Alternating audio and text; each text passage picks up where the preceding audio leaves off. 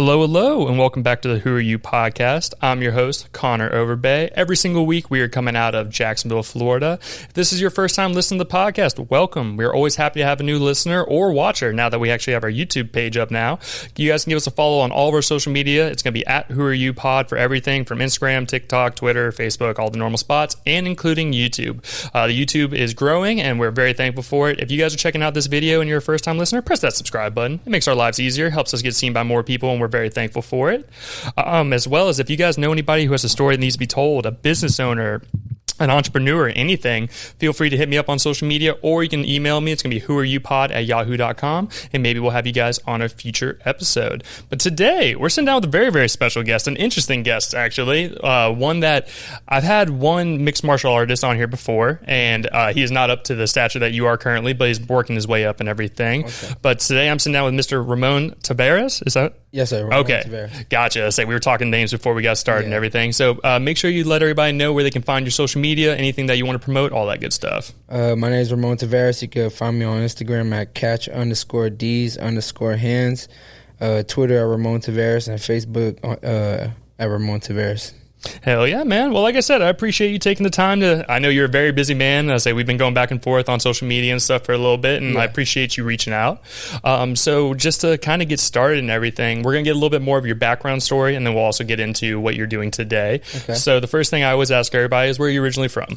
Okay, I was born in New York, but I was raised here on the south side of Jacksonville, and I've been here ever since I was about 2 to 3 years old, and I love it out here. Hell yeah, man. Nice. So let's say New York's a completely different place than Jacksonville. A lot more foot traffic. People are kind of doing their thing, moving and shaking. Yeah. And Jacksonville's getting bigger like that. Nowhere near, like I said, New York currently, but it's starting to become more of a booming spot. Yeah, it is. I see Jacksonville growing, and I see a lot more people making this their home, moving here, and it's good, man. I'm starting to see how much Jacksonville is getting behind their athletes and just people who's doing something in Jacksonville in general. And I appreciate all the love and support. So I'm proud to claim Jacksonville. Hell yeah, man. And like I said, I always love seeing people out from Jacksonville doing their thing, helping bring more eyeballs here because, whenever I was growing up, I was born and raised here. So I remember when Jacksonville, like Beach and Hodges was just trees and the whole south side wasn't all these stores and everything. So it's cool to see it starting to grow, get bigger, and like more athletes like such as yourself. And also like we've had a couple other athletes like football players on, and I was telling you about mixed martial artists. Do you know a gentleman named Gavin Archuleta by chance? Oh yeah, I know Gavin. He trains at my gym now. I thought I saw that. I didn't want to assume that you knew him personally, but he's actually a buddy of mine that I've known since elementary, middle school. That's cool. Me and him were on swim team together, and then we reconnected after I started the podcast. He was one of my very, very early interviews. Okay. And I've been seeing him kind of making his way up. Yeah.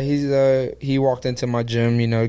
We're more of a striking type of gym, and he's been in there putting in the work, trying to get his hands together, and it's been showing. I believe he has a fight coming up soon too. Hell yeah. Shout out Gavin, man. Like I said, cool dude. I haven't talked to him in a little while because I know he's busy and, he has a family just like you do and everything. But no, that's awesome. So to talk about one, mixed martial arts is an interesting lane to go into kind of thing because there's a lot of people who think they're all badass and they can, get into a bar fight and have no issues until they meet someone like you whose hands are certified and it's a whole different ball game. How did you kind of get started in the whole mixed martial art game and everything from that? The way I grew up, I was always a physical kid, and I always was getting into fights and altercations in school and stuff like that. My dream growing up, though, was to be a football player. I played football for a few years, and then it came to a point when I was about 15 years old when my stepdad told me, like, hey, man, I'm going to keep it real with you. I don't think you're going to get any bigger. Like, what do you think about boxing? And I was like, I'll give it a try, and I went to a boxing gym. I trained there for a few weeks. I had my first sparring match, and after I sparred for the first time, I just fell in love. I knew that this is what I wanted to do. At that time, there was boxing, and I was training, and I got into some trouble. Got sent to my dad in Georgia, and I lived in Georgia for 5 years, since I was 15 to 20. When I was 20 years old, I decided I was going to change my life and pursue my dream of fighting. Came back, and when I came back to my original gym of Bulldog Boxing, they ended up transitioning to a boxing and MMA gym.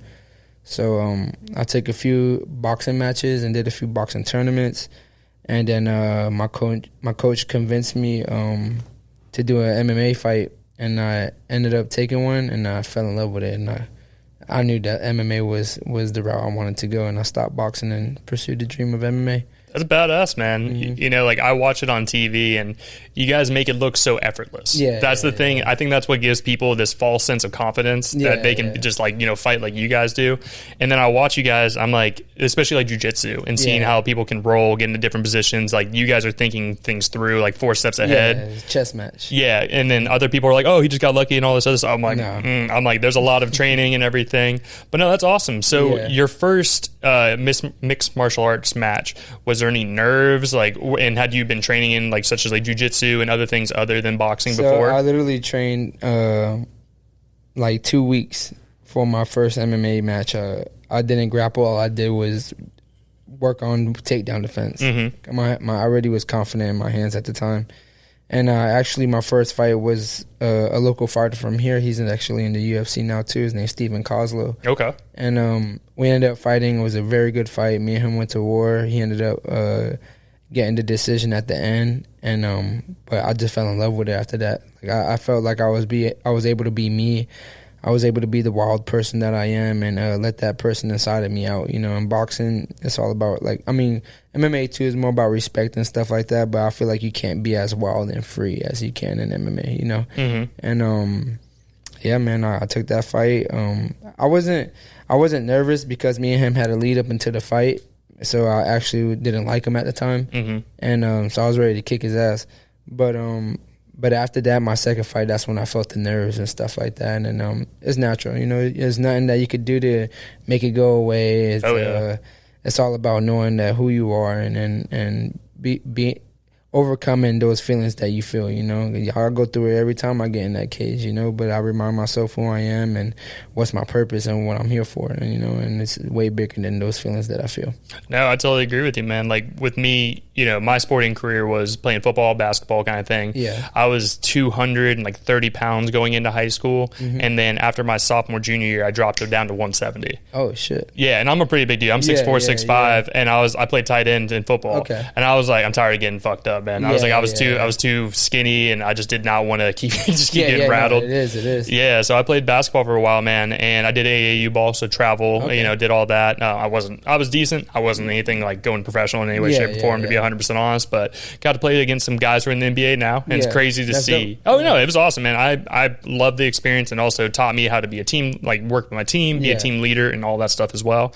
And I got to the point where I was like 16, 17, and you know there's the difference. There's the kid that plays, you know, he's somewhat decent, and then there's the guy you know who's going to make it into the league kind of thing. And after seeing these dudes who are like 6 foot and 6'1", doing 360 dunks and getting over me and everything, I was like, I was like, all right. And I was like, I don't think this is for me kind of thing. But no, that's awesome, and I feel like, you know, for me, like growing up, I was an angry kid. You know, I was just like parents divorced, all this other stuff, just an angry guy. And I feel like with what you do, I'm sure like that was a really good release because you know you were talking about having some trouble in your life, kind of growing up a little bit, and I feel like that was a good release to release that energy and you know put it towards something positive rather than negative. You know, I feel like every kid or everybody should have something that they'll be able to get whatever is inside of them out, you know, because me personally, I'm not good at talking, you know, about my feelings and expressing myself. So that was like my getaway, like, you know, going to the gym, punching the bag, getting work and getting in shape, you know, and I'm grateful for, and I'm very thankful and blessed that I found my passion and career choice at a young age. A lot of people don't, still at this age, I'm 30 years old, don't know what they want to do in life, you know, and even though from then, when I was 20 years old, when I started taking it serious, it was a joke to everybody. You know, it was just a dream, and everybody was telling me go back to school, get a job. But I already knew, man, school, number one, wasn't for me. I feel that. 100% I feel you on that. It's nothing bad about school. Like, kids should go to school and stuff like that. I just had a very short attention span. I had a short fuse with people around. I don't do good, like, with people I don't know like that, you know, and so so I dropped out of school and was like, this is what I'm gonna do. So I'm in the UFC now. Hey man, and like I said, like with me doing my research on you, man, it was really interesting to read about you because actually your name's everywhere. Like I look it up and like do a quick Google search or see if that kind of stuff's out there. And like I knew a little bit about you, obviously watching. Shout out to OG Sessions, by the way. What's up, Nick and Joey? Watching their interview and asking them, like watching them ask you questions and everything. It was really interesting because a lot of people hear about the UFC and they don't really know where it starts. Like how do you get your way in? And you were in the Dana White Contender Series, correct? And you won it, if I remember correctly. Yeah, I won it the second time I got on there. Oh, nice. So how does that work? How do you get chosen to go on that show? And obviously you worked your ass off to win that, so that's amazing. So it's basically like a lottery pick, man. Like you got to keep winning and you got to do it impressively, and then they'll find you. Like you said, you could write my. It's crazy that they even think about that. A kid from Jacksonville, you just type my name up now, I'll pop up all over the internet. But it's basically like a lottery pick, and you got to keep winning, and you got to do it in impressive ways, and be an exciting type of fighter that the UFC will want to have on their platform. And how I got on though, man, I ran it up last year. Last year I had 5 fights, and it's very rare for like fighters to even run up 3 fights a year. That's a lot for 1 year. Yeah. So in 1 year, I ran up 5 fights, and so I was on like a 4-fight winning streak at the time, or nice. 5-fight winning streak, something like that. And I got the call from the Contender Series, and I ended up going on there the first time, and that's when I met my first opponent, Siri City. Okay. And that was in September. I went in there. I was fighting. I went through the whole process of like learning, like, wow, I can't believe this is happening, and we ended up fighting. I was winning the fight, and then he caught me with a straight right hand and like dropped me to my ass.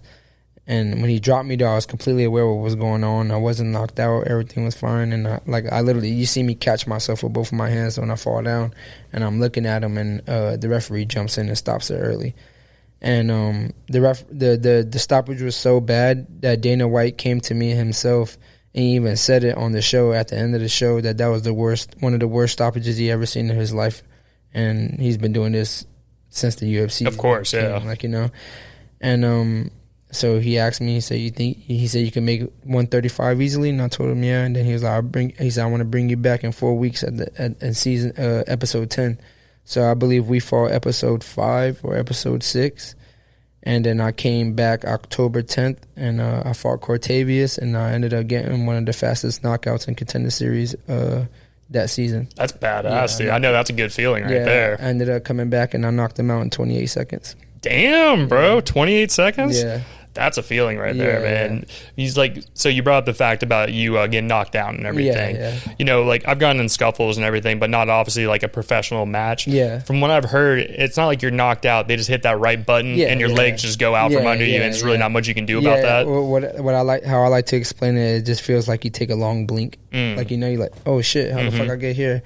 Like, thank God, knock on wood, I haven't got knocked out yet, but I've been dropped twice in fights, and it's more like a, what the fuck? Like, like, oh yeah. but yeah, so that happened, and but I put a lot of people away, and it's like, it's just crazy that to even think about I got the ability to put somebody's lights out, or like, It's a crazy thing, man. Like I said, all respect to you. One, like the nerves of walking in and, it's you versus someone else. There is no one else in there that's going to save you. That's the main thing.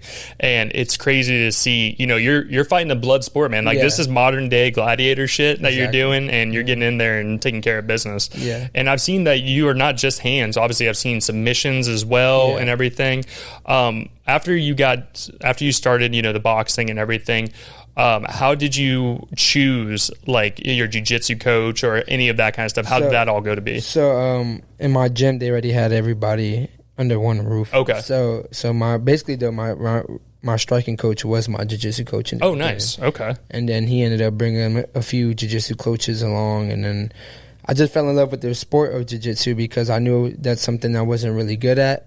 And I ended up really just falling in love with jiu-jitsu, because it's cool as hell, man. Once you start getting into it and you start learning, like, you could do certain things to people, like like I'm a small guy. I'm not the biggest guy, but I'm confident in myself to handle the biggest guy in the room. I'm sure. And that's just because of jiu-jitsu, not because I feel like, I mean, I probably could beat him with my hands too, but I know worst come to worst, I could choke him, I could break his arm, take his ankle off, like, you know, any of those type of things. But yeah, so I ended up training that like for like 2 years straight, especially because I ended up tearing my knee in my AMI days. Ooh. Yeah, I tore my ACL. So I used that whole year of recovery to just going to the classes, learn, and taking it slow, because that's where you really learn, is doing those classes. Like, you know, a lot of people just like to go in and roll and wrestle, and same thing with boxing. A lot of people just like to go in there and spar. But that's not learning. Yeah, it's not learning. You're just working, like, you know. But going to those classes are very important. That's where I learned most of my jiu-jitsu. What would you say was, out of like your whole game, whether it's striking, jiu-jitsu, grappling, all that stuff, what would you say is the hardest thing, or one thing that took a little while to click with you? To be honest, just me as a person, you know, dealing with my emotions. Because I'm when I like something and like, for instance, fighting, it doesn't take me long to get anything. I always was quick to pick up on things and learn, especially when it had my interest, you know. But I feel like what took me the longest was to get comfortable in the cage. Gotcha. Like, you know, settle down. Like the first few fights I had, I wasn't hearing shit. Like, you know, I couldn't listen to my coach. I couldn't hear nothing because it was just fight. Gotcha. So I feel like that was the hardest thing for me to get used to, is to relax and just find the calm in chaos, like, you know. And but now I'm there, and obviously it shows in all my fights now, and that was probably the hardest thing for me to get used to. Gotcha. Yeah, like I said, man, that's crazy stuff for someone like me, as I said, like a novice. You know, I've gotten interested in doing like jiu-jitsu and learning how to roll and everything, because it's a lot of times when it comes to, say, if you're in a street fight, most of the time you're going to the ground, right? Where you say, like, you know, you're going to maybe throw a couple punches 30 seconds. End there somehow. Yeah, and I feel like really the most dangerous thing is if you can take someone to the ground, it's over from there. You say most guys don't know how to stop a rear naked choke, or, you know, like you were saying, rip your ankle off or your arm and everything.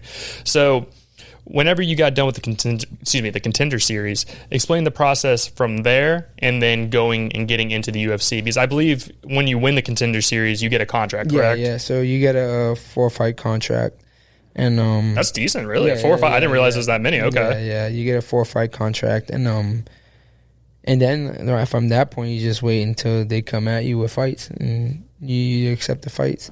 But in my case, which is special in my case, I'm the first person to come out of the contender series and have a rematch.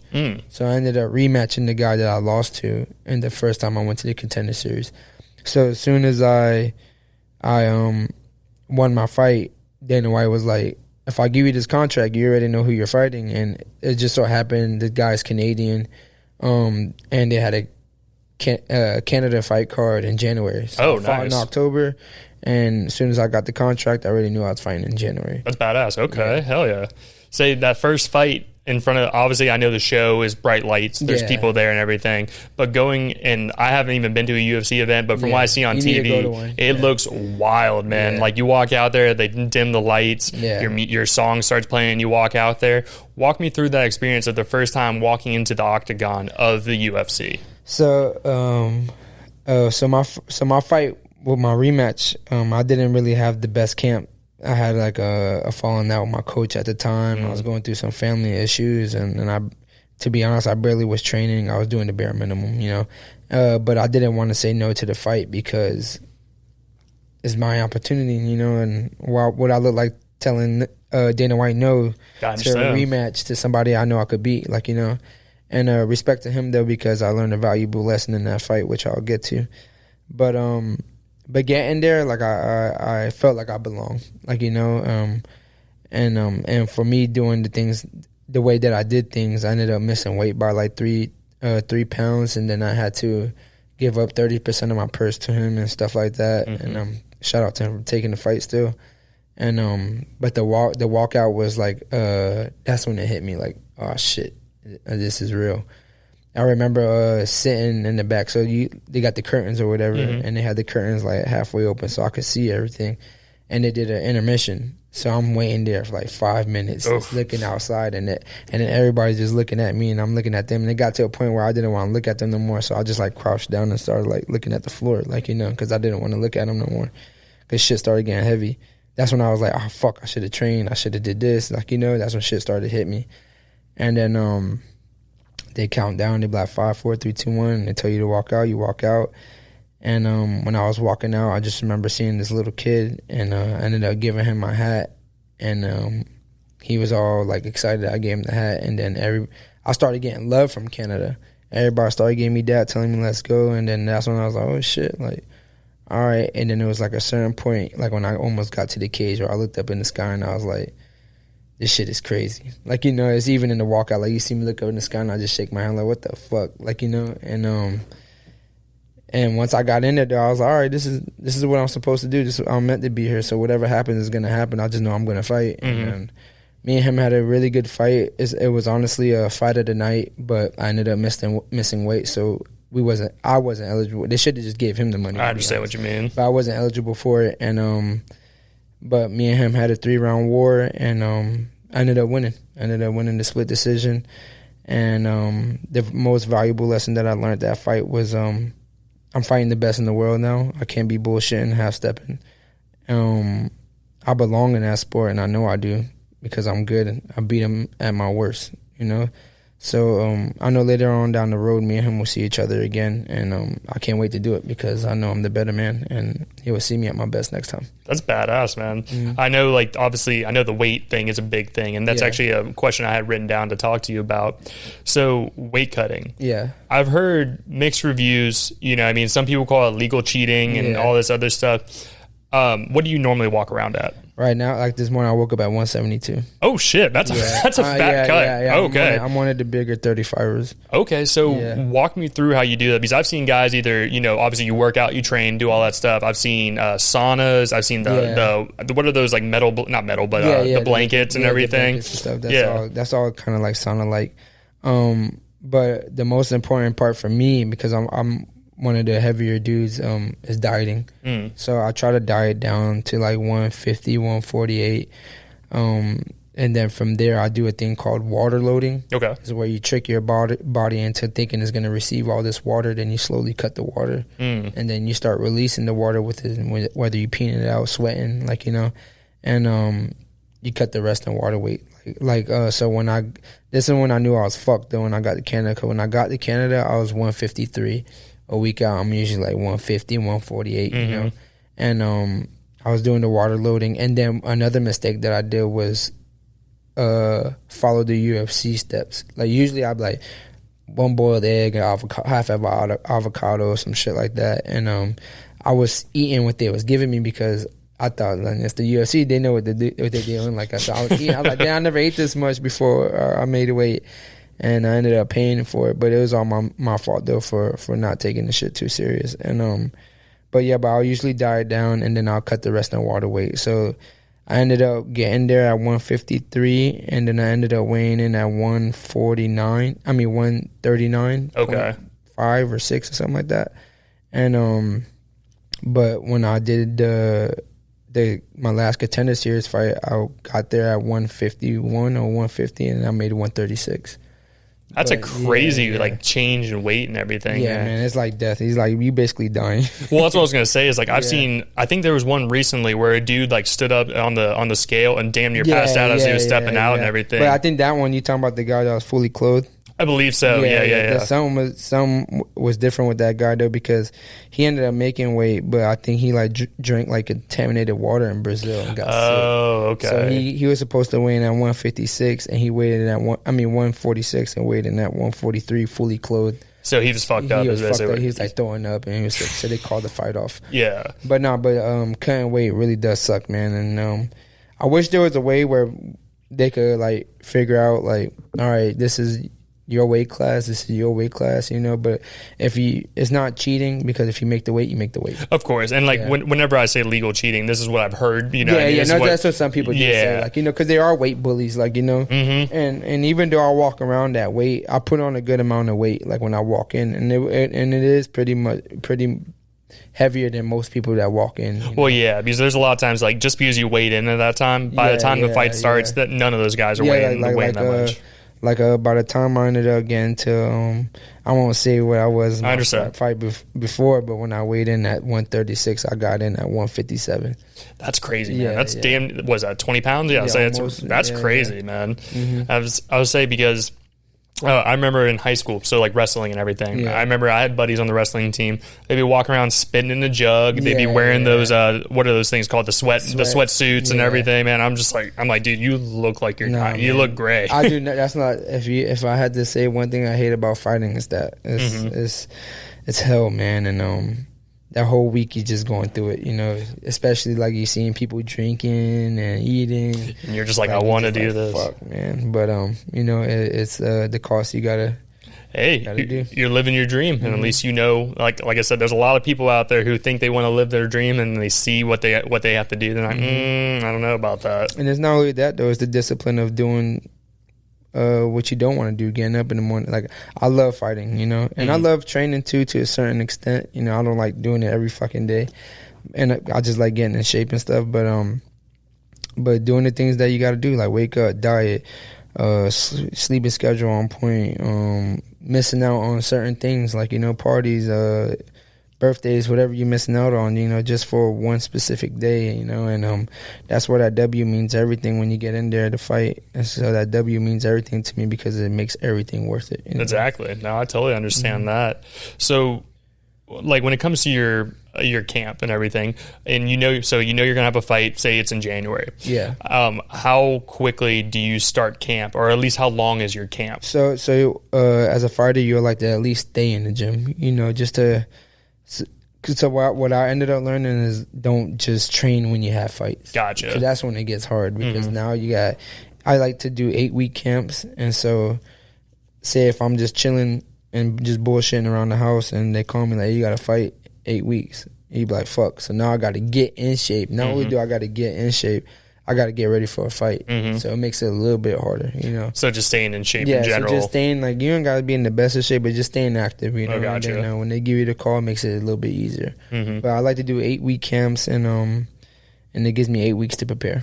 Gotcha. I mean, that's a good amount of time, but obviously, like you're saying, you're going through hell. You're going through hell for 8 weeks. So what it sounds like to people are like, oh, it is what it is. Yeah. No, you training 6 days out the week, three of the days, 2 times a day, like, and it sucks, but it's all worth it, Yeah, and I see that you're friends or acquaintances with Austin Lane. Yeah, that's my brother. Oh, is it? Nice. Hell yeah, man. Yeah. That's badass. So, have you guys known each other before, mixed martial arts and everything? Yeah, so I ended up meeting him when he first came into the gym to work on his hands for football, because he played defensive end or whatever. And I remember coming into the gym one day. I was 20 years old, and my coach was like, hey, we got a football player in here. And I'm like, oh, shit. He's big as fuck. He is a big fucking dude. And he has the dreads and everything. He looks scary, like a predator, bro. He's like a predator. So I was like, that's cool. I wanted to say what's up to him, but there's a lot of people already going up to him. Of course. So I'm like, all right, whatever. And so how me and him ended up being cool, becoming friends was one day my coach was like, hey, spar with Austin. I was like, all right, shit, fuck it, whatever, So I ended up sparring with him, and me and him was going at it. I mean, of course, like, I know he could whoop my ass and knock me out. He's big as shit. But the fact that I was over there, like, really trying to, like, put it on him and stuff like that, he I guess he ended up liking that. And then from then, me and him just built a brother relationship, man. That's like my big brother, right? That is my big brother, He was the first person ever in my life that I kind of looked up to, because I never knew no football players, nothing like that inspired me to become great, and the fact that I was training with a professional NFL football player gave me a confidence that I could do it too. Like, if he's a football player, why I can't be a UFC fighter, No, I totally agree, man. I feel like a professional athlete is a certain kind of person. Yeah. So I feel like they can get into whatever sport they're looking at, whether it's fighting, football, certain thing, basketball maybe. But no, it's like, I feel like you guys have a mentality. That's the thing about it. And his mentality rubbed off on me. He was already a professional at the time and was doing the things that people didn't want to do, and I was learning a lot, and I still learn to this day a lot from him. He's a fucking very great guy, a stand-up guy, like. He's a fucking great human being, man. I love that nigga. And But me and him was just in Vegas a few weeks ago because he's in the UFC. Mm-hmm. Yeah, I know that. He had a fight a few weeks ago. But one thing about that guy, man, you can't take away from him. He lived two dreams in one life, you know. Yeah, a professional NFL player and a UFC fighter. No, I respect it, man. Like I said, I know you guys dedicate your life to what you're doing. And as you're saying, missing birthdays, missing events that you want to go to so badly, but you have a bigger goal that you're trying to achieve and everything. And speaking of goals and achievements and everything, you're a father as well, aren't you? Yeah, I'm a father of 4. Damn. Oh, damn. I didn't know it was 4. I was like, so you're just busy in all kinds of ways. No, it's 4 of them. That's cool. How old's your oldest? He's about to be 10 in September. Oh, really, man? Okay, nice. Congrats. 10, that's cool. He's a great kid, man. I love him. All boys? I got 2 boys, 2 girls. Oh, okay. So you got best of both worlds there. Hell yeah. And so I got my boy is about to be 10, my oldest. Then my daughter's about to be 6. And then my son's about to be 4. And then I have a 1-year-old that's about to be 2. Damn, you got a 1-year-old too, dude? Yeah. Wow, congrats, man. That's me and her next goal is once we can get a house, you know what I mean? Like we live in a nice apartment, but it's 1 bedroom, you know, just trying to go and get something a little bit bigger and just build out a studio and be able to have the kids there and everything. How old are you, if you don't mind me asking? I'm 25. 25? Oh, man, you got a lot of time. Oh, yeah, we got time, man. I'm 25, she's 26. Yeah. We just, my parents were young when they had me, not young, but they were like 25, 27-ish, around that age. See, I'm not mad that I had them young because I get to grow with them. That's kind of my goal as well. It's like I watched my parents. They divorced when I was young, but I watched them both go from a young age, like in their early 20s and everything, and divorce, start over again, and build up to where they are today. Yeah. Both very successful. Both live within a mile of us from here, kind of thing. Dope. And that's kind of what I want to do. At least have our first one where we're a little bit younger. And even my stepdad now and my dad tell me he's like you guys watched me go from an immature child to a grown person. And I do respect that, and it's also built the work ethic in me. Not only that, you get to live like a little bit of your youth with them. I'm just happy I ain't gotta be no old man having a kid and can't really do much with them, Oh yeah. And I already know like the way my kids are and stuff like that. I gotta make sure I'm young. Yeah, man. And I don't know if one of them want to step up one day. Want a chance at the title? Yeah. No, my kids love me. I love them too. But it's just awesome to be young and having them because they give me the most motivation, all the motivation I ever need to become this fighter and this person that I am today, and they help me mature a lot. I was very immature, doing a bunch of dumb shit until I had my first kid, and then I had to realize like, okay, I'm not just living for myself, I got somebody that's dependent on me, and once I came to a fucking conclusion with that. That's when I knew I got to change my life around. That's when I started fighting. That's good, man. Yeah. And we all make mistakes. Like that's one big thing we're on. Like we've had people who have been to jail, gotten out, and they're doing better things now. I'm big on second chances because I've had friends who have gone to jail for stupid shit, selling drugs, doing other things, and then or even fights, all that kind of stuff, and like watch them come out, and some people either took that as a lesson and grew from it, or they just continue doing the same thing. And this is what I learned between all the stuff that I ever been through in life. I thought like the coolest and the most hardest shit I ever done with, cause I've been in and out of jail a few times, and I thought like my first time going to jail I was like super nervous and whatever, and then after like my 4th or 5th time going to jail wasn't nothing to me, and it's easy to do that, but I tell everybody this, I like the hardest shit for me that I ever done in this world was make that walk my last fight. I was so fucking scared, like what I'm saying, but that was the realest shit I ever done, because a lot of people won't be able to do that. And that's number one. 2, a lot of people won't be able to endure them feelings and go out there and perform the way I did. And the reason why it was so real of me, because it was something I set out to do and I did it. And that's for everybody out there that's ever got a dream or something they want to do it, because that's the realest shit you could ever do. I agree, man. I tell people all the time, like I sit down with creatives, athletes as yourself, or, entrepreneurs and everything. And when I sit down with someone, the reason why I'm interested in talking to these people is because you had an idea and you did it. That's the biggest thing. There's a lot of people in this world are like, what if this doesn't work out? What if this doesn't happen? And then they just never start. And it's like, take the chance, man. Yeah, you have to. And another thing you have to do, you have to be real with yourself. Like you said, when you were playing basketball and stuff, you got to be real with yourself. Like, all right, this shit ain't for me. Like, Like, if it was at a point where I was like, all right, I want to be, because there's a lot of MMA fighters I do know that's like, I want to be an MMA fighter, I want to be an MMA fighter. I'm like, brother, I like you and I love your job, dog, but I don't think that's going to happen. Like, but you got to be real with yourself. You're just going to be wasting your time. There's nothing wrong with being real with people, man. You know, at the end of the day, you don't want someone to go for this for 20 years, and then they never get to that spot. And at the end of the day, there's just some people who are made for it and some people aren't. And that's how I felt about it, because, you see NBA players, like for my case in specific, like, you see these guys are like, they go to college and they make it to the NBA, but you also don't see the people who are below them on the depth chart that never made it. They went and played overseas and never had their chance to even make it in the NBA kind of thing. And they spent their whole life just chasing nothing, like, I mean, I want to say nothing, because if you're doing that, that's still something, like, but the ultimate goal that you really wanted, you never achieved. So this one thing I ever heard is, like, I don't know what's worse, is to get it then lose it, or to never get it. Like, and I guess you just got to figure it out. Like, you got to be real with yourself, No, I totally agree, man. It's a crazy world out there. And, like, with me and Shannon, like, the way this started, man, was I would come home and I would just sit here and look at my phone, you know, and I was like, what the fuck am I doing with my life? And I battled depression and other things growing up throughout my life. And I always found whenever I was busy doing something, I didn't have those issues. Or if I was putting something out positive, or, working and all this other stuff. So we started this, and we've just been very lucky that our community supports us. We're booked out for a month now. That's dope. Which is crazy. And like I said, shout out to everybody who listens or checks us out, and obviously getting to meet people like you as well. Like, you reached out and I was like, oh fuck yeah, man. I was down. It's crazy, like you said, because I battled depression for a long time, like, still dealing with it to this day, and I've been dealing with it the worst since my fight, and so doing something positive, like you said, keeping your mind occupied and being busy and doing something positive could always help you not get into those type of depressions or get into those feelings, like, and that's cool that you're doing that, man. I'm happy that you got me on here, because I like to show love. If I know I get love from my city, so if I could do something like this, like, even though it's just you, it makes me happy, because I don't want nothing from this. Like, I just want to show you love and get and talk to the people out there, talk to you, like, so.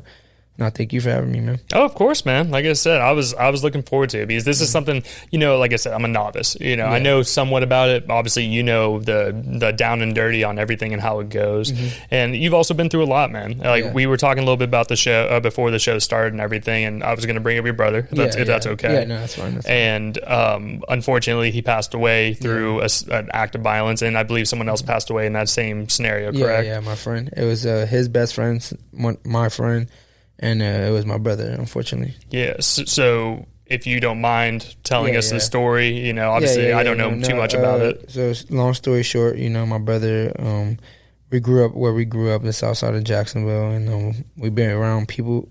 We grew up around people, that's not regular people, like, they're in that lifestyle. Yeah, they living like that, and fortunately for me, like, I found fighting to help me get away from it, and if it wasn't for fighting, that would have been me, like, and unfortunately it was my brother, and it sucks. It happened, and I believe everything happens for a reason, though, because if it wasn't for that, I believe that I would have made it still to the UFC, but I wouldn't have had the drive and the will to do it the way I want to do it now. Like, I'm doing this past the UFC. The biggest thing I was telling you right before, when we was talking about depression, the reason why I've been going through such a deep depression is because since my brother passed away in 2019, my goal was to make it to the UFC in honor of him.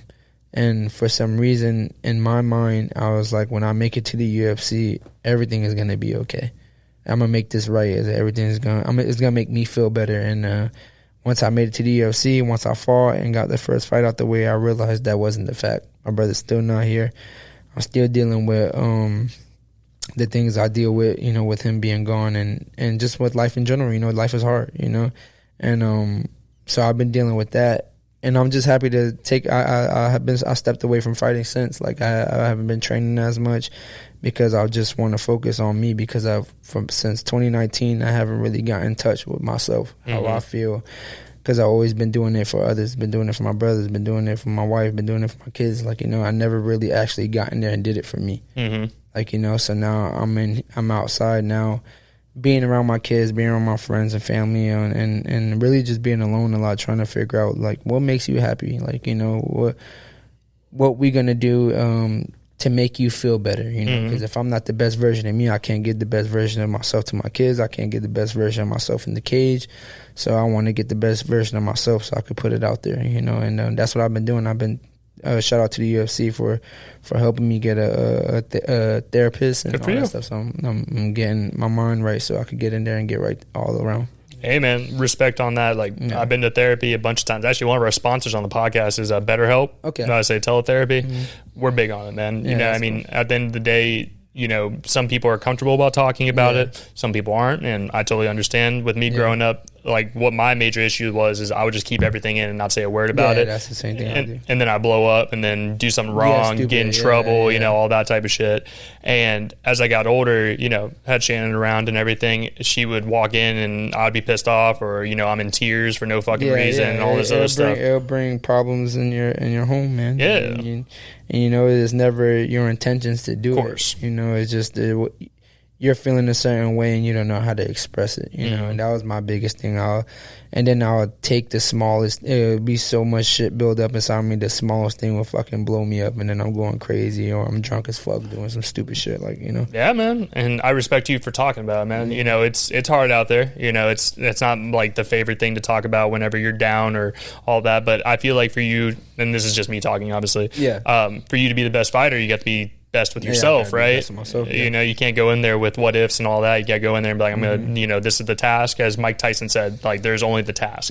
There is no me, there is no you. It's just what I got to do, kind of thing. And I respect it, man. It's big. You know, and I'm I always promise myself I want to be one of the real fighters. Like, you know, I don't want to be the one sitting up there and faking the funk. Like, you know what I'm saying? I want to, if I feel a certain way, I want to tell them the truth because, excuse me. You're good. A lot of people could trick the reality of what's going on, like, you know, especially social media, like, you know, so I want to be real with myself to people so people could know, like, all right, this shit is normal. It's not just me, like, you know, no, people around the world, everybody every day deal with this type of shit, and I deal with this shit, like, you know, so. No, that's real, man. And you brought up the part of what makes you happy and everything. What does make you happy? I don't know yet. Oh, you're still figuring, okay, that's real. I don't know, and I'll be real, like, fighting makes me happy, but it's only when I'm fighting. It's only when I'm in the cage fighting. There's nothing in between that makes me happy. I feel like there's peace, you know? Yeah. Like, when I'm in there fighting and I'm actually doing it, I'm happy. This shit's fun as hell. I'm getting this motherfucker out, like, whatever's inside of me out. But training and anything outside and, like, I don't know. Other than fighting, I don't know what makes me happy. And I know, like, my kids make me happy and my family makes me happy, but I don't know what do I do that makes me happy? I don't know yet. No, I understand, man. And I feel like that's a big question for a lot of people, dude. Because there's some people who are, you know, they can't go to a restaurant by themselves. You know, I mean, there's that kind of stuff, or, you know, they need someone else there to make them happy. And I feel like, you know, there's going to be days where you're going to be alone. Because that was a big thing for me. Like, I would get the most depressed and have the most issues when I was by myself. As the saying goes, like, idle hands is the devil's playground, or whatever the fuck it is. And that's 100% true with me. And that is true, because before I got my wife that I'm with now, I was in a relationship for 10 years, and I always, like, used to, like, having somebody there. So when I ended up leaving her after my brother passed away, I spent, like, almost 3 years just by myself, and I liked it a lot because I never spent time by myself, you know. But even though I was dealing with my brother, like, passing away, and our kids at the time, like, that situation, like, you know, and I was dealing with all that shit. I just wanted to be alone. And then when I didn't want to be alone, I wanted to be outside around a lot of people drunk. Like, you know what I'm saying? I had a drinking problem at the time. And I couldn't figure it out, like, you know. And then that's when I found my wife today, and she, like, helped me, like, block that feeling out. And then I dealt with that, blocking that feeling out again for this long to... That shit doesn't even help anymore. So now I gotta figure out what makes me happy. Like, you know, that's real, man. You know, I mean, life's a constant struggle. Like, that's the main thing I always say as well, is, like, there is no, it just goes away. You know, like, the way I describe with whenever I'm having a bad mental day or mental week, month, whatever the fuck it is, I describe it as it's like I'll wake up, nothing will happen, nothing's wrong. It's just you'll wake up and you feel like that. Yeah, I feel like I describe it as someone as like a dark hug from behind kind of thing, and just pressure. That's the way I've always described it. And then one day I'll wake up and I'm feeling all right, you know, or you know, like a new thing will happen that should make me happy. And whenever if it doesn't, or if like I don't feel anything excitement about it, I'm like, oh, I'm going through it right now. You know, like really taking a second to be as, you know, I get busy with work. You know, I work full 9 to 5 job, and then I do this on the outside, and then me and Shannon are busy with family. And there's all those distractions from you until you sit down with yourself and you're like, I'm not doing okay. What's wrong with me right now? Kind of thing. That's what my goal is right now. And I know it's probably not going to happen today. It might not happen tomorrow. I'm gonna fight. I want to fight two more times this year, and I'm going to make that happen. But in the meantime, I want to get to a point where I can sit down in a room by myself and be like, I'm happy. Hell yeah, like, man. You know, like I'm happy with myself. I'm proud of myself. Like, and I'm proud of some of the accomplishments I've done, but that shit still doesn't make me happy. Like, you know what I'm saying? So I'm gonna figure it out, and I know I'm gonna get better. It's just a matter of time, and the fact that I want to do it now is how I know I'm going to get better. Hell yeah, man. There's that time where I was like, hey, man, ain't nothing wrong with me. I'm fine. Like, I'll drink a beer and I'll be okay. Yeah. You know? And it came to this point where I'm like, bro, this shit really sucks. Like, you know, I need some help. And so that's why I started reaching out for help. And I'm looking forward to the future and what's ahead of me. You know I got a bright future ahead. And there's a lot of people in this world where people could actually work to get good at what I do. Like, you know, and there is people that done that. There's people that busted their ass to get good and do what I do. I was actually blessed with this talent. Like, I barely, that shit just came to me like it was nothing, like, you know. And so I know if I get in the right mind space and bust my ass, I could take over the whole fucking UFC, like, you know. I'm excited to watch, man. You got me hyped up. Like I said, I'm excited to check out fights and everything, man. It'll be awesome to actually know someone like watch and be like, oh shit. Yeah, like, I even feel like that when I go back and watch my fights. I'm like, this is fucking crazy. Like, I'm watching myself right now on the fucking TV. Like, and one of the biggest things that I like about it, like you was talking about kids, is that my oldest son, he fucking looks at me like I'm Superman. Like, oh yeah, he thinks nobody can fuck with me. Like, you know, and it's just crazy to see how happy he is to have a dad like me, because I never had that shit. Like, you know, and he tells his school about me, he tells his friends about me. I'll be hearing him talk shit on Fortnite, telling people I'll fuck their dad up and all types of shit. And that's like, awesome. Yeah, but it makes me feel good. Like, you know? So that's why I love having my kids, man, because without them, I wouldn't be the person I am today. That's big, man. Yeah. And I feel like that's a beautiful sentiment, you know? Yeah. Like I feel like kids are the last real pure thing on this earth, man. They are. They can't hide how they really they can't fake it. Like, you know, whatever they say, shit, my kids be dissing me all the time. Like, I remember I just shaved my beard the other day. My daughter came up to me like, Dad, why you shave your beard? You look ugly. I'm like, fuck. you ain't have to say that. I'm about to grow this shit back right now. No, I understand, man. It's just like kids they're not born with hate in their heart. They're not born racist. They're not born with all this stuff. So they're just, you know, they're figuring out the world just like we were when we were kids, man. Like, I remember growing up thinking my dad and my mom were superheroes and they knew everything. Whenever they said no to something, they knew, like, I should know they're right. And then as you get older, I'm sure you realize this as well, is like, they're people. That's the biggest thing. That's one of the biggest turnarounds for me. And like for me growing up, me and my parents and my mom didn't have a really great relationship. I was angry. You know, they were stopping me from doing what I wanted to do, which was not good things at that time. And then as I got older, you know, I started looking at them as more as people, and you know, they were doing their best. Just like you're doing right now with your kids and everybody's just trying to do their best. So that's a big thing, and it's cool that you want to be in your kids' lives as well. And that's the, like you said, that's the part of just growing up within yourself, to realize, like, all right, they did this or that, whatever, I could forgive them as long as they're just growing, you know, and as long as they're not doing the same shit right now, of course. Like, you know, same thing with my mom. Me and my mom didn't have the best relationship. We actually just started talking again a few months ago, and we working on it, you know. I had to be like, all right, fuck whatever me and my mom went through when I was younger. She's trying, you know, and so all I could be is happy that she's trying. Same thing with my dad, like, you know.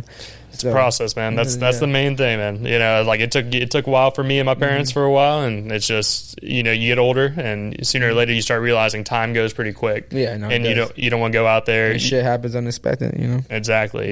And I don't want to go too far past your brother and everything. Is there still a GoFundMe for that? No, we ended up closing that GoFundMe out, and we still have it. It's $3,500.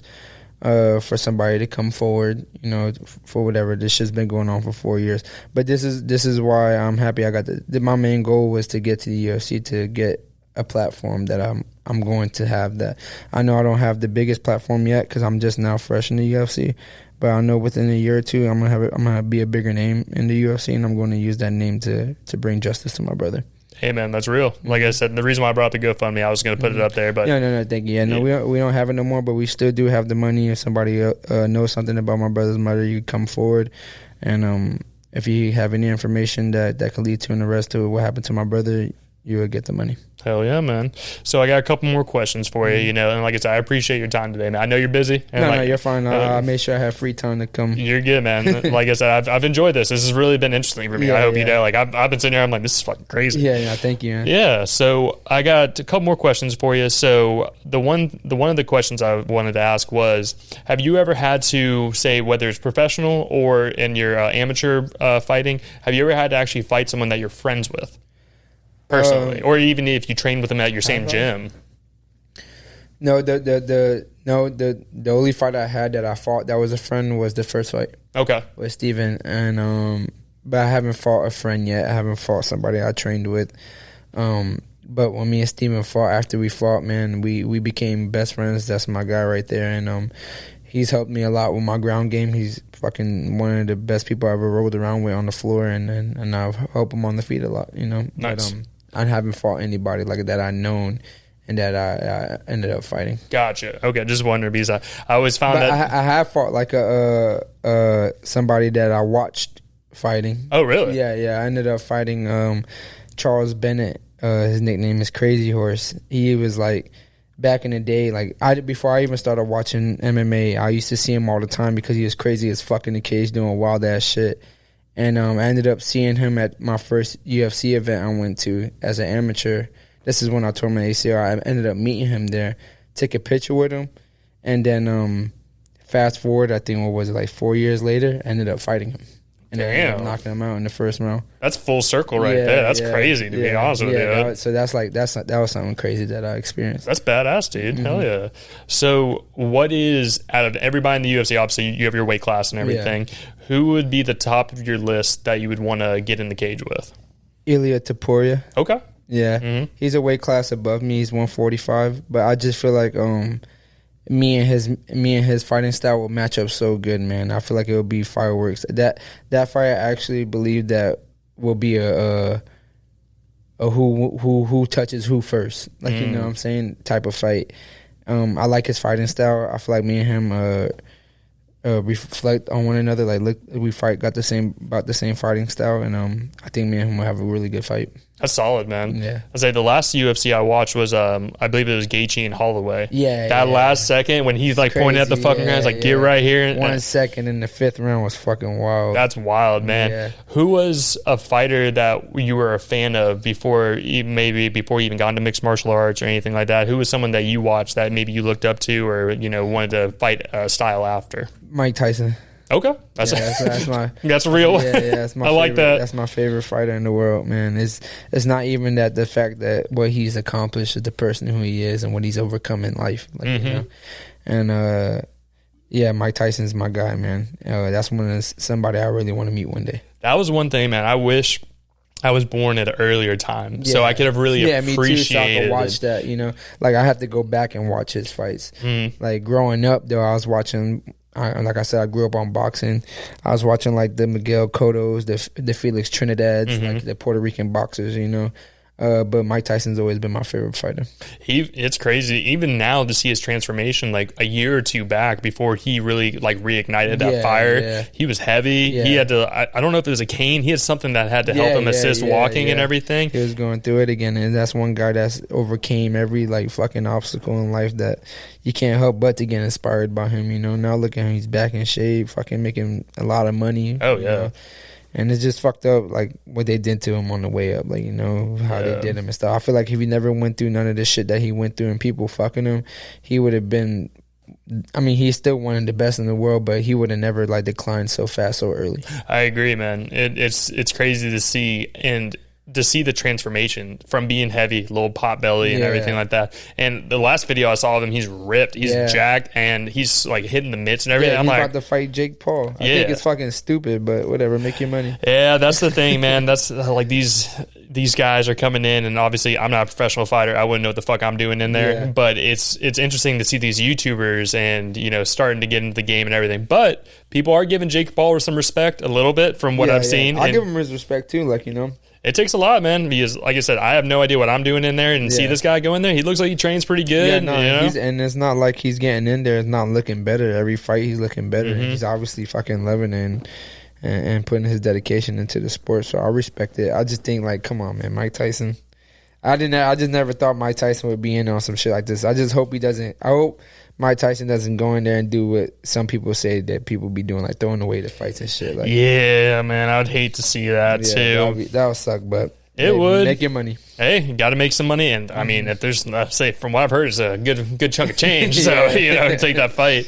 But no, that's cool, man. And like I said, Mike Tyson, from what I remember hearing, is him talk like people would be like, I wouldn't even buy the pay per view anymore. Yeah, this is a 30-second knockout, and they're like, why am I paying $100 and something just to watch 30 this? 30 seconds, But that would have been such a good thing to watch. Like I grew up watching like John Jones and everything. And, you know, like I watched some UFC as a kid, and as I've gotten older, it's gotten more. You know, it's gotten bigger and bigger to what it is today. There's so many people now to keep up with. It's interesting though, because everybody has a different story. Like Holloway, Gaethje, even who else am I trying to think of right now? Obviously Conor McGregor. These are big names that I'm all naming, not the small guys or anything. But I just love to hearing how they made it to where they are today, just like you did. Because a lot of these dudes came from the struggle, man. You know, came from the dirt and made something of themselves and are here where they are. Yeah, and it's awesome to see, you know, because if they did it, why you can't? That's a very good point. No, you're not wrong. And I get to watch these documentaries on them and actually like be in the same room with some of them, because I met Gaethje, I met Sean O'Malley. Like I was in the same room as these guys, and I actually my manager now is Uriah Faber. Like, oh really? Yeah, he's that's badass. Yeah, okay. Like, so it's just crazy. Like, you know. I actually I go, so now my fight camp is going to be out there in California, so I'm going to be training with, I mean, I did it for my last, this is how you know I was bullshitting. So my first 2 contenders fights, I was in California training with him, and then when I fought for my UFC fight, I didn't even want to go to California. I didn't even go, like, you know, I think I was bullshitting. I understand. But yeah, he's my manager, and I'm happy as fuck to have him on board, you know, and he believes in me, and I believe in him. So. Hell yeah, man. Well, I believe in you, bro. Everything you've been saying here has been awesome. And yeah, thank you. Like I said, I appreciate your time today. So I got one final question. Every time I have someone new on the podcast, I always ask them, as this is my final question, is do you feel successful? And if you do or you do not, in what ways? I don't. Okay. Yeah, and the reason why I don't is because I'm not where I want to be. Like, yeah, I made it to the UFC. Yeah, I accomplished a dream that a lot of people haven't done in life. But I still walk into the same home. I'm still dealing with the same problems. So as soon as all that shit is gone and then no problems no more, then that's when I'll be happy, and that's how I know I'm successful. That's real, man. No, that's a real answer, and I appreciate you being honest about that. Yeah. I've heard people, because some people are like, you know, I'm successful, I got this much in the bank, I got this and all that stuff. Yeah. And then there's people who don't feel successful because their relationships aren't where they want to be. You know, like my main source of my accomplishments is I'm very lucky to have a loving wife that supports me and the stuff I do, you know, setting up a whole YouTube or a whole freaking studio here, being able to reconnect with my family and get to where a better spot than where we were when I was young. That's like, that's my biggest accomplishment. Yeah, that is an accomplishment, man. People think money and fame is an accomplishment. That shit ain't nothing if you're not happy with yourself. Not saying I'm the richest person in the world. I'm not saying I'm broke either. Like, you know what I'm saying? I'm just not where I want to be in life. and I'm not happy with myself. I'm still dealing with problems on the inside. So until I get all that shit figured out, then I'll be successful. Until I could give my kids and my wife a home that we dream of, I'm successful. Until our relationship is better because I'm better, we're successful, you know. And that's why I was like asking you how long you guys been doing this, and you telling me she was helping you. I was loving that shit for you, you know, because I know how easy it makes your life, you know what I'm saying? Because same thing with my wife supporting me, being there for me, dieting with me, fucking like, you know, trying to make it as easy as possible, knowing that I'm going through the shit I go through. So she tries to like ride it with me, like, you know, and she does, you know, and it makes it that much easier, like, you know. I totally agree, man. As the saying goes, behind every strong man is an even stronger woman. And to be honest with you, I wouldn't be anywhere near where I am today without that girl back there. Dude, she seen me at my worst, being a piece of shit, and growing up and actually turning into a man and not a little boy anymore, and becoming serious. So I'm very lucky, and, you know, I'm very lucky to have a wife, and sounds like you are as well. Yeah, I'm very lucky. There's a lot of girls out here on these streets that I don't be giving a shit about their man. Trust you, I promise you they're not. A lot of them don't give a fuck. Yeah, man. But like I said, I appreciate your time today. It's been an awesome interview. So you'll be coming out real soon. But before I let you go, please everybody know where they can follow you. Obviously, you know, they're going to see you on TV here soon and everything, but all your social media, all that good stuff. Okay. Again, you guys can find me on Instagram at catch_Ds_hands. On Twitter, you can find me Ramon Taveras, or I believe the Savage 904, and on Facebook, Ramon Taveras. Hell yeah, man. Well, make sure y'all go give him a follow. You guys are going to see him all over UFC, man. I'll say this is going to be the next champion I'm sitting with right here. Yeah, thank you. Man. Yes, sir. So make sure you guys go check him out. Everything will be put in the description, so you can guys go straight to his Instagram, Facebook, all the normal spots for you. And anytime you have something new coming up, man, send me like any kind of flyers, anything you got going up. I'll put it up on Instagram. Man. Hopefully we get some fight news soon for the people. I'm aiming for July, August. So you guys stay in tune, man. I'll be back in there soon. Hell yeah, man. I'll be paying attention. So make sure you all go check him out. But before we get out of here, just a little bit of house cleaning. Make sure you guys come give us a follow or a subscribe on YouTube. You know, we're trying to grow this out a little bit more, have more people check out the videos. You guys can just find us I'm going to restart that real quick. You guys can find us everywhere. It's going to be at Who Are You Pod for all the social media, Instagram, TikTok, Twitter, Facebook, all the normal spots. YouTube as well, at Who Are You Pod. As well as if you guys know anybody who has a story that needs to be told, whether it's an entrepreneur, an athlete, a business owner, anything of that sort, feel free to shoot me a message on whether it's social media or it's going to be whoareyoupod@yahoo.com, and maybe we'll have you guys on a future episode. But as I say every single week, y'all, thank you so much for taking the time to sit down with us today, and we'll see you guys next week.